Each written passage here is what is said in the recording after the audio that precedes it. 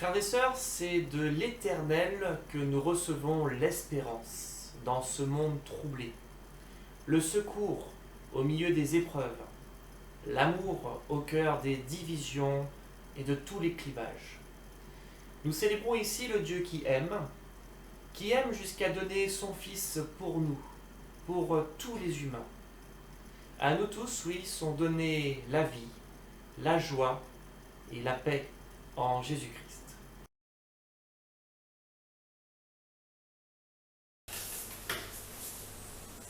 Au-delà de nos faiblesses, au-delà de nos doutes, tu es grand, Seigneur. Au-delà de nos luttes, au-delà de nos révoltes, de nos refus, tu es grand, Seigneur. Au-delà de nos échecs, au-delà de nos questions, au-delà de nos angoisses, tu es grand, Seigneur. Au-delà de nos combats, de nos défaites, de nos victoires, tu es grand, Seigneur. Au-delà de nos forces, au-delà de notre foi, au-delà de notre amour, tu es grand, Seigneur. Dans ta miséricorde, dans ta sainteté, dans ta sagesse, Seigneur, tu es grand. Dans ta délivrance, dans tes consolations, dans ton pardon, Seigneur, tu es grand. Dans tes exaucements, dans ta victoire, Seigneur, tu es grand. Dans la paix que tu nous donnes, dans ton immense amour, dans le feu de ton esprit, dans le don de ton Fils, et par ton nom de Père, Seigneur, tu es grand. Ainsi est notre louange, et nous te célébrons et te louons. Amen.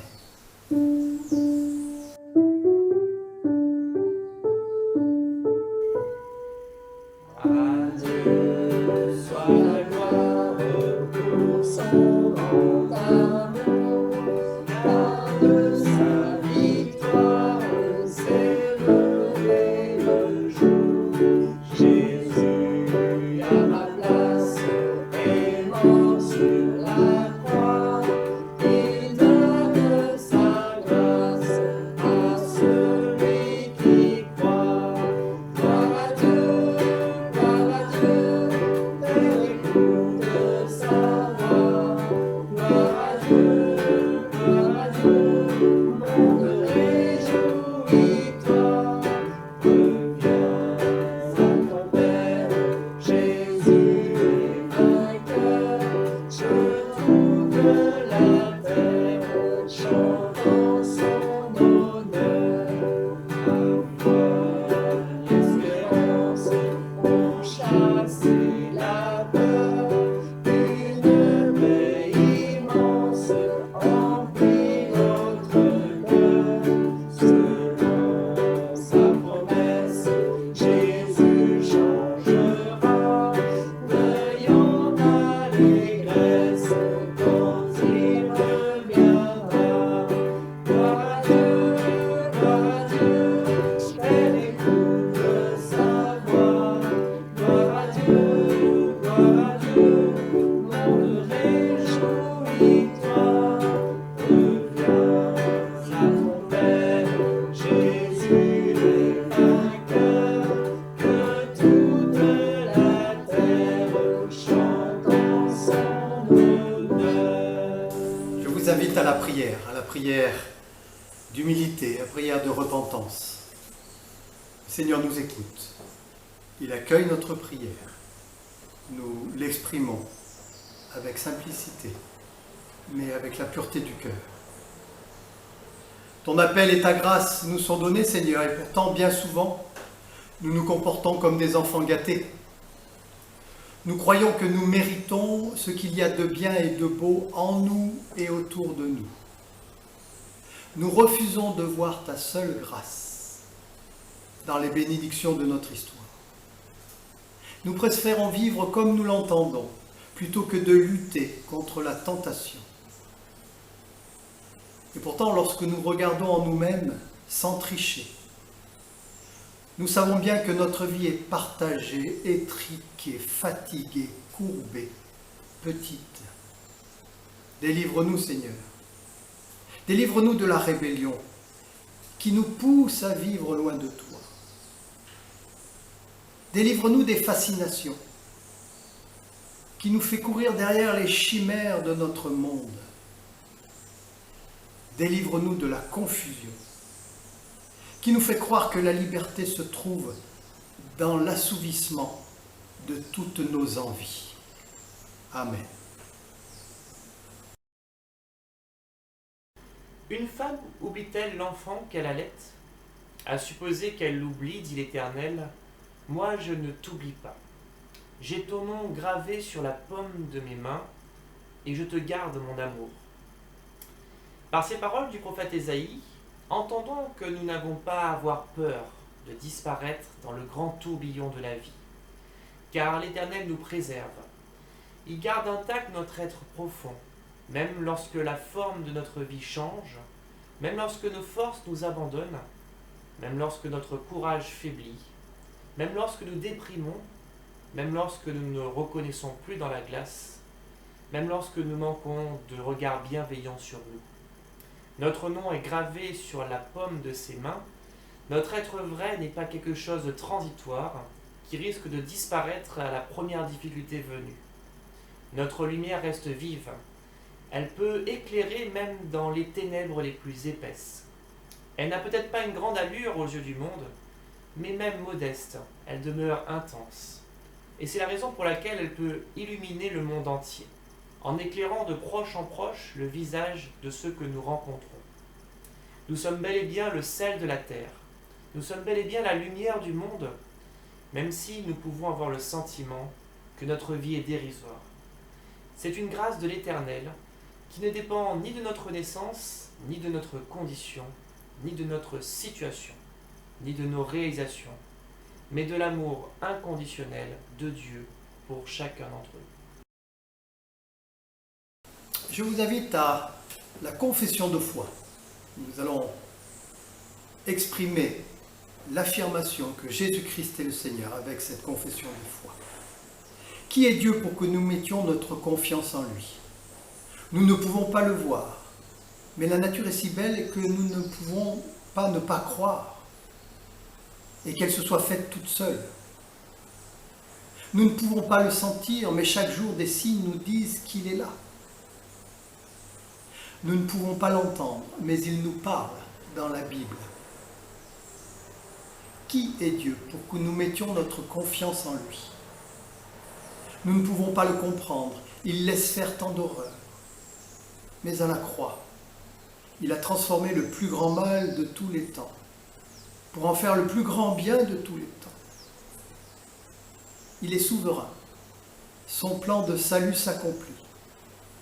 Mais il n'est pas manipulateur, il laisse voir aux êtres humains où les mène leur révolte, car il est le Seigneur. Où est Dieu pour que nous mettions notre confiance en lui? Nous ne pouvions pas aller à lui. Alors en Jésus-Christ, il est venu à nous, par son esprit. Il veut faire sa demeure en nous. Nous pouvons tout lui demander. Il sait mieux que nous ce dont nous avons besoin, car il est notre Père et notre Seigneur. Amen.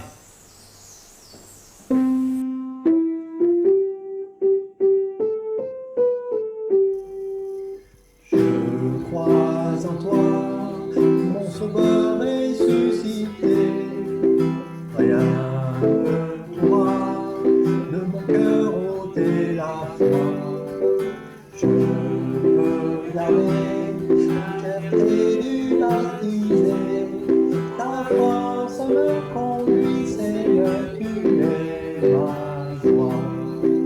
Ô Seigneur, Maître de la vie, je chante avec amour ta gloire, ô Jésus-Christ. J'espère en toi, mon Sauveur ressuscité, et mon espoir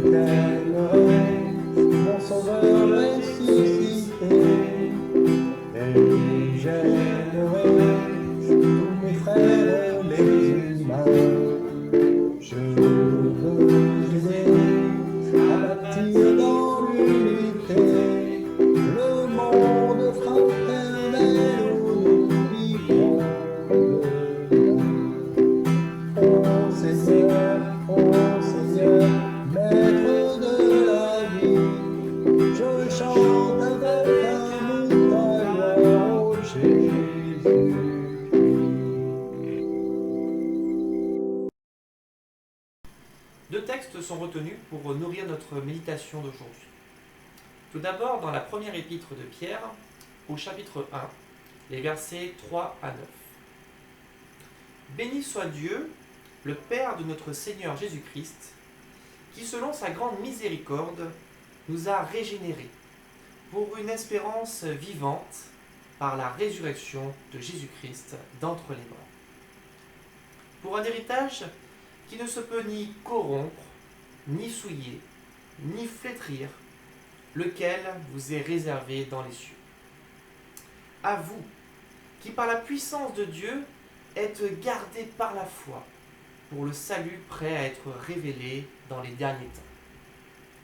C'est là ce qui fait votre joie, quoique maintenant vous soyez attristés pour un peu de temps par diverses épreuves, afin que l'épreuve de votre foi, plus précieuse que l'or périssable, qui cependant est éprouvé par le feu, ait pour résultat la louange, la gloire et l'honneur lorsque Jésus-Christ apparaîtra.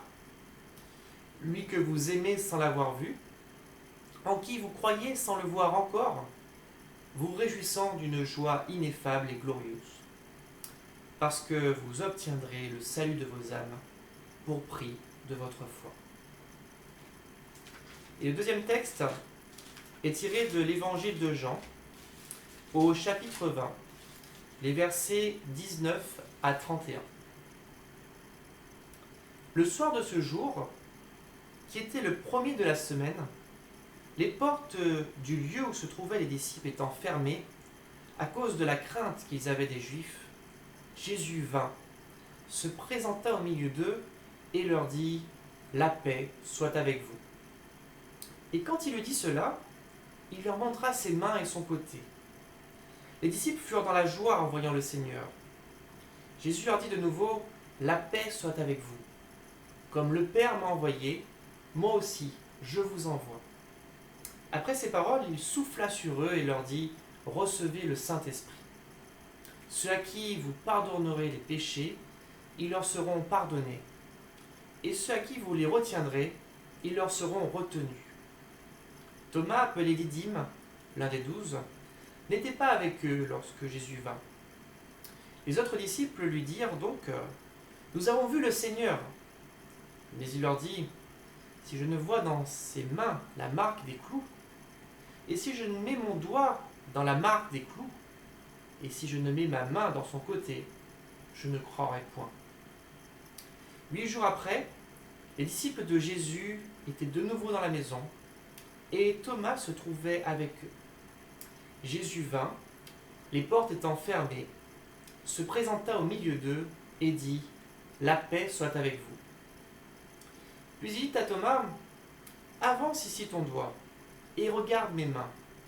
Avance aussi ta main, et mets-la dans mon côté, et ne sois pas incrédule, mais crois. » Thomas lui répondit « Mon Seigneur et mon Dieu. » Jésus lui dit « Parce que tu m'as vu, tu as cru. Heureux ceux qui n'ont pas vu et qui ont cru. » Jésus a fait encore, en présence de ses disciples, beaucoup d'autres miracles, qui ne sont pas écrits dans ce livre. Mais ces choses ont été écrites afin que vous croyiez que Jésus est le Christ, le Fils de Dieu, et qu'en croyant, vous ayez la vie en son nom.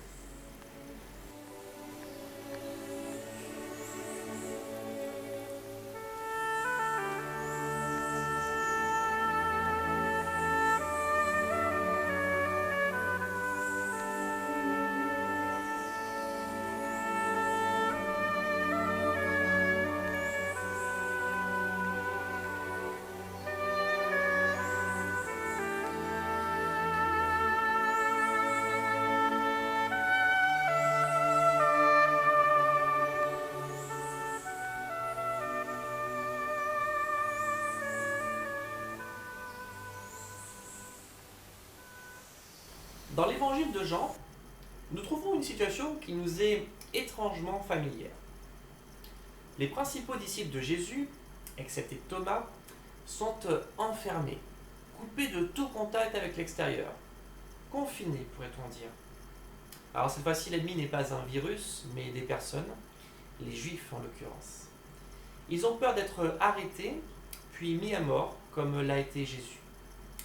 Mais sans doute ont-ils peur aussi d'affirmer ce qu'ils sont, d'affirmer leur foi dans un Dieu qui renouvelle sans cesse la vie.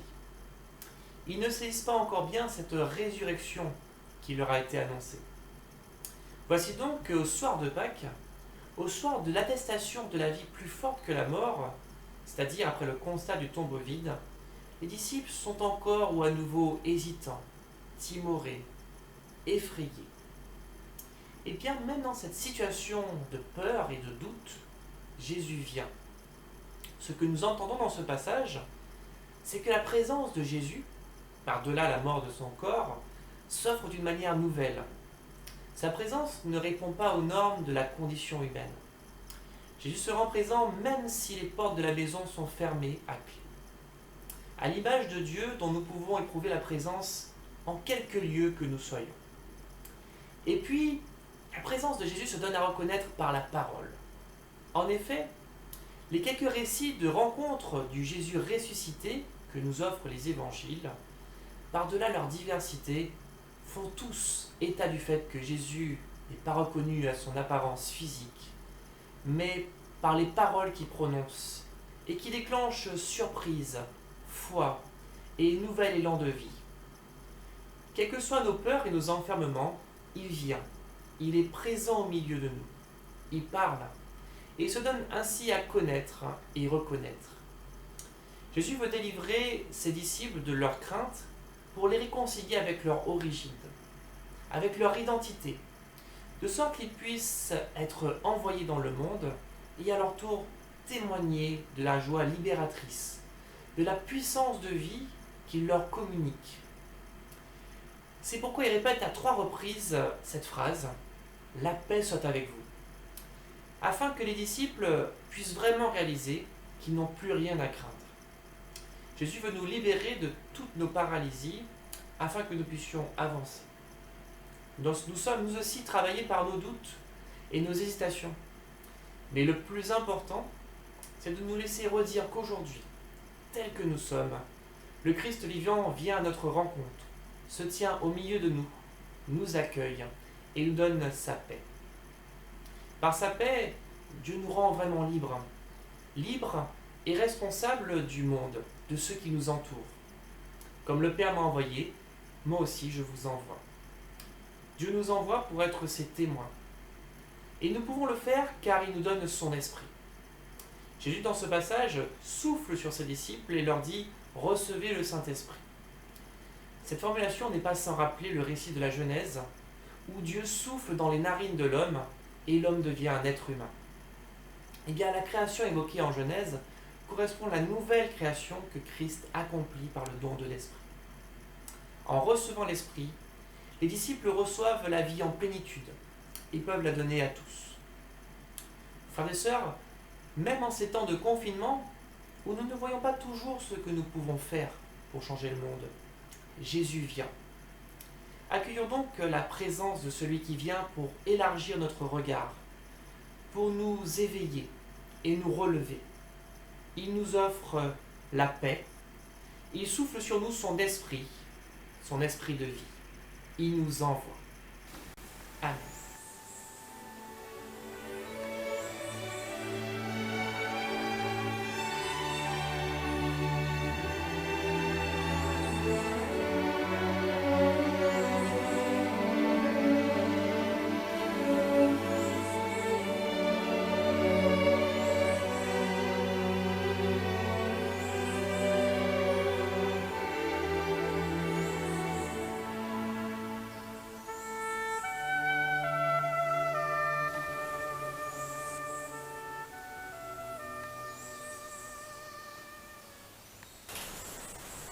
Voilà, on a entendu la méditation de Stephen.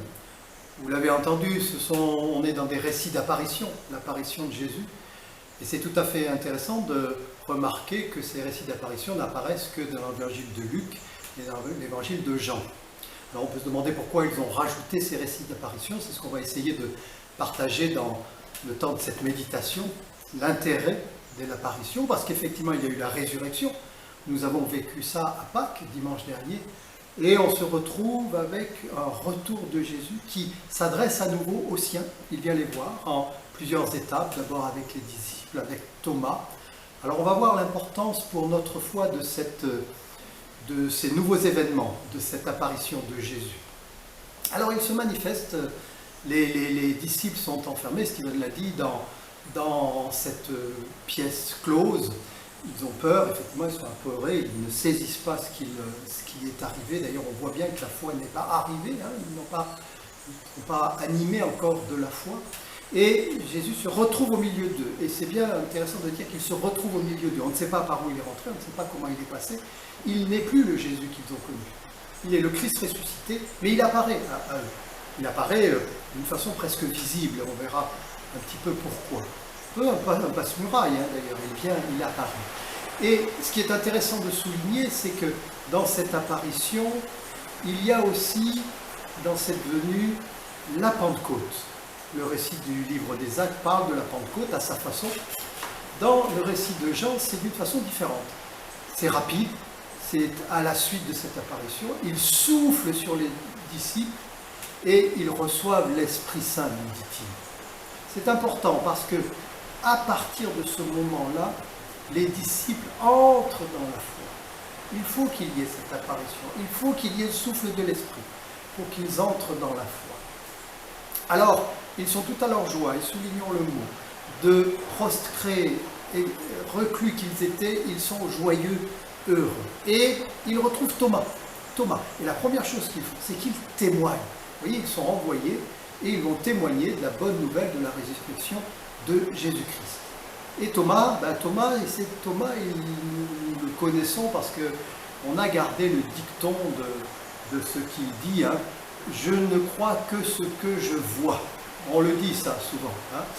Thomas, c'est l'homme du réel, c'est l'homme de la réalité, c'est l'homme concret, c'est l'homme qui vit dans le monde et pour qui le monde se borne à ce qu'il voit. Il n'y a pas d'au-delà du monde, il est dans la réalité. Il ne fait pas encore le pas entre ce qui est de l'ordre de l'invisible et du visible. Ben, il est un peu comme nous. Souvent, nous nous arrêtons à ce que nous voyons. Et la réalité telle qu'elle est, c'est pour nous le réel. Le réel est dans la réalité dans laquelle nous sommes englobés, ce monde dans lequel nous évoluons, agissons, vivons. Et l'Évangile, la foi nous rappelle qu'il y a aussi une autre réalité. La réalité du royaume, la réalité du monde de Dieu, la réalité invisible à nos yeux et pourtant tellement présente. Vous voyez déjà, on sent le récit, l'objectif des récits d'apparition, c'est justement de faire le lien entre la réalité visible qui est la nôtre et la réalité non visible qui est celle du royaume. Donc Thomas, c'est l'homme du réel. Et alors lui, il veut voir pour croire. Hein, voilà. Eh bien Jésus revient.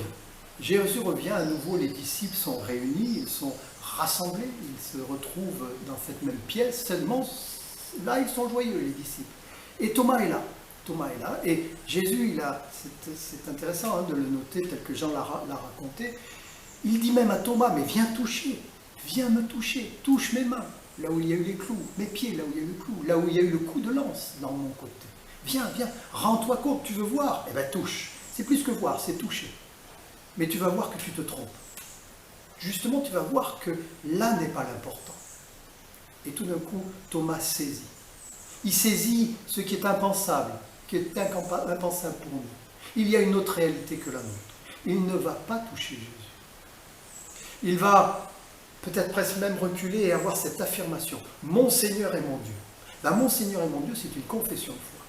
Une confession de foi, ça ne fait pas appel à la preuve, ça fait appel à la foi. J'affirme que Jésus-Christ est le Seigneur. Je n'en ai pas la preuve, je l'affirme dans la foi. Ben, Thomas, c'est ce qu'il dit. Mon Seigneur est mon Dieu. Il n'a pas besoin de toucher. Il a fait le lien, justement, entre le Jésus qu'il a connu et le ressuscité. Alors, vous voyez, les récits d'apparition nous touchent parce qu'ils font le lien entre le ciel et la terre. Le lien entre l'invisible et le visible. Les récits d'apparition, ce ne sont pas des récits de revenants. On n'est pas à la Twilight, hein, vous savez, les séries américaines qui se focalisent sur un monde de l'au-delà, monde des morts vivants, des revenants, des fantômes qu'on fait venir et intervenir dans notre monde, souvent avec même un peu de peur. Hein. Non, c'est pas du tout ça. La Bible ne traite pas de ce monde de l'au-delà. La Bible, au contraire, veut faire le lien, veut réunir ce qui est la victoire de la résurrection. La victoire de la résurrection, c'est que désormais le royaume de Dieu a rejoint ce qui est de l'ordre de notre monde. Nous vivons dans une réalité nouvelle de celle de la résurrection du Christ, qui fait que le royaume est désormais parmi nous. Alors pas encore, c'est le déjà là et pas encore, effectivement, on est dans cette ambiguïté. Hein. Jésus l'a dit, vous l'avez entendu, et Stephen l'a dit, et c'est avec Thomas, c'est redit. Quand Jésus dit « la paix soit avec vous », il ne le dit pas comme une petite parole, ben voilà, je vous dis bonjour, la paix soit avec tout. Nous, c'est une affirmation. Quand Jésus dit « la paix soit avec vous », c'est une parole performative. Ça veut dire que désormais, oui, nous vivons de la paix du Christ. C'est une affirmation. La croix, la résurrection a vaincu la mort. Nous sommes dans la paix. Nous vivons de la paix parce que Jésus nous la donne. Alors, effectivement, il y a un hiatus. La paix, bien sûr, on ne la voit pas dans notre monde. Eh bien oui, on est dans le temps de l'histoire. C'est le mystère de Dieu qui veut que l'histoire poursuive sa route. À Pâques, il y a 2000 ans, un événement a eu lieu, tout est recréé. Mais c'est en devenir. C'est eschatologique, comme dit la Bible. C'est-à-dire que ça sera à la fin des temps. Mais en même temps, cette paix, elle est déjà là. Et en même temps, elle est à construire. Alors donc, on n'est pas dans le monde des morts vivants. Non, on est avec ces récits d'apparition, cette venue, cette présence du Christ glorifié, ressuscité, mais qui est désormais agissant à travers nous dans la réalité physique, dans notre monde, même s'il est imparfait. Et en s'adressant aux disciples, à Thomas, Jésus fait passer les hommes, les femmes, nous-mêmes, de la vue à la foi, du voir au croire. Nous sommes désormais citoyens du monde, citoyens du royaume de Dieu. Nous l'affirmons dans la foi. Alors pour finir, je voudrais que pour nous aussi, cette parole finale de ce récit soit la nôtre, que nous puissions le recevoir de cette façon-là, comme nous aussi des ressuscités avec bienheureux par le Christ, ceux qui sans avoir vu ont cru. Amen.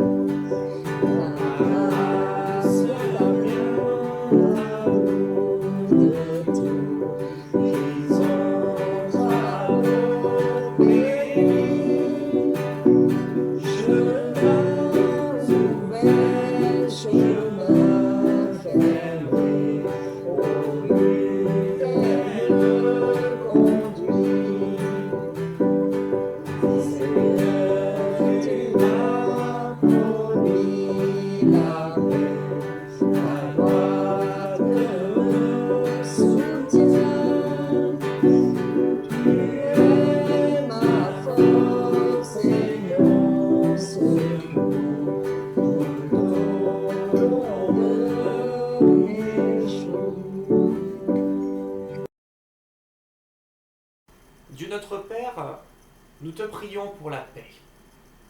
Une paix fondée sur l'amour en Christ. Que les divisions et la peur fassent place au pardon. Nous te prions pour que naisse en nous l'espérance. Une espérance qui jaillisse de la résurrection. L'espérance qui est en celui-là seul qui est venu et qui reviendra. Nous te prions pour recevoir le courage. Le courage de demeurer fidèle jusqu'au bout. Le courage de demeurer ferme quand le mal paraît triompher et que les combats pour la vérité semblent perdus.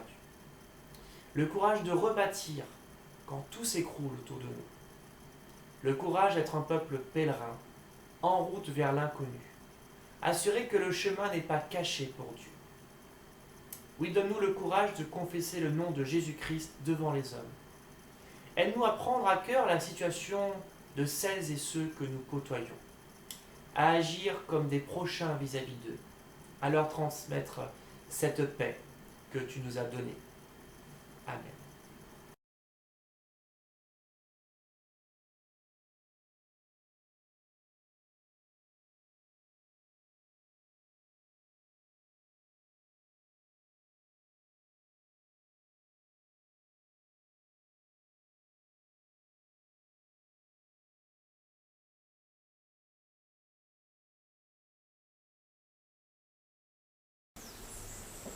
Nous sommes envoyés et nous recevons la bénédiction de la part de notre Seigneur. Dans ta poche droite, dépose un bois sur lequel sera écrit « Je suis fils de prince ». Et dans ta poche de gauche, dépose un bois dans lequel sera écrit « Je suis poussière ». Puis marche dans la vie et ne perds jamais ni l'un ni l'autre. Que Dieu bénisse notre intelligence.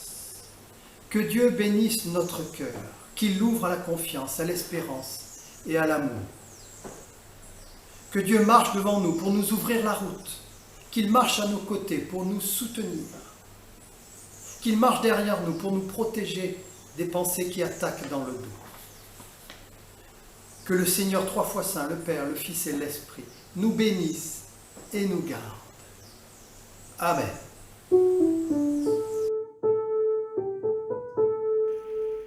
J'ai l'assurance de mon salut, à la présence du Seigneur Jésus, car par son sang il m'a racheté, et l'Esprit Saint m'a régénéré. C'est mon histoire, c'est là mon chant, mon Seigneur vive chaque instant. C'est mon histoire, c'est là mon chant, mon Seigneur vive chaque instant. L'obéissance à notre Sauveur, toujours redonne la paix à mon cœur. Dans la prière, j'accorde son jour, et ne me fie qu'à son amour. C'est mon histoire, c'est là mon chant.